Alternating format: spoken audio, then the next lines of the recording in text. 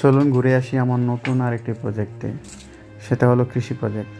কৃষিকাজকে আমরা আসলে যতটা সহজ মনে করি, বাস্তব অভিজ্ঞতা অনেক কঠিন। যারা আসলে মাঠ পর্যায়ে কৃষিকাজ করে তারাই আসলে ভালো জানে কৃষি যে কতটা কঠিন।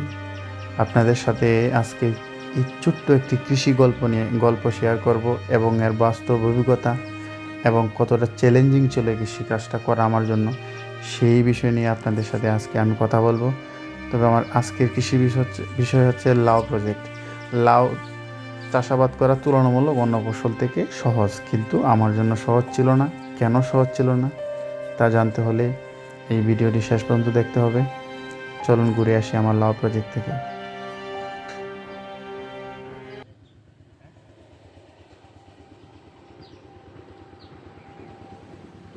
একজন কৃষকের সবচেয়ে আনন্দের বিষয় থাকে ওই সময়টায় যখন সে তার পরিশ্রমের ফল হিসাবে সে গাছে আসলে ফল পায়। এই সময়গুলো তার জন্য সবচেয়ে বেশি আনন্দের। আমি একজন সাধারণ কৃষক হিসাবে আমার লাউ গাছের প্রথম ফসল, যেটা আপনাদেরকে আমি শেয়ার করলাম, এবং এটা হচ্ছে আমার কষ্টের অর্জিত ফল। যেমনই হোক আমার কাছে খুব ভালো লাগতেছে। আমার জীবনের প্রথম এমন একটা অর্জন আমার কাছে মানে বললে বোঝানো যাবে না যে আমি কতটা আসলে আনন্দিত। তো যাই হোক, আমার জন্য দোয়া করবেন যাতে নেক্সটে আরও কিছু ভালো কিছু করতে পারি। আর আপনাদেরকে দাওয়াত রইল।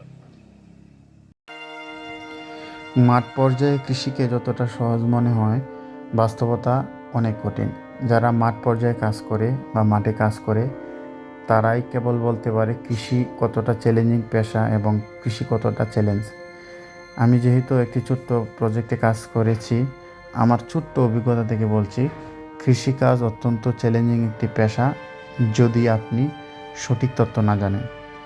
আপনার জন্য আরও বেশি চ্যালেঞ্জিং পেশা হবে যখন এটি আপনি সময়ের কাজটা আগে করে ফেলবেন, অর্থাৎ সিজনের ফসল না করে অসিজনের ফসল উৎপাদন করা। সেটা আপনার জন্য আরও বেশি চ্যালেঞ্জিং।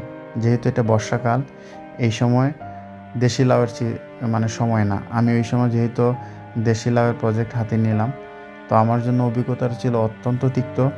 এবং আমি সোশ্যাল মিডিয়ার মাধ্যমে বা ইউটিউব নানা কৃষির মাধ্যমে, কৃষি পরামর্শের মাধ্যমে আমি আসলে এই লাউ চাষটা এগিয়ে নিয়ে গেছি এবং আমি বলতে গেলে মোটামুটি সফল।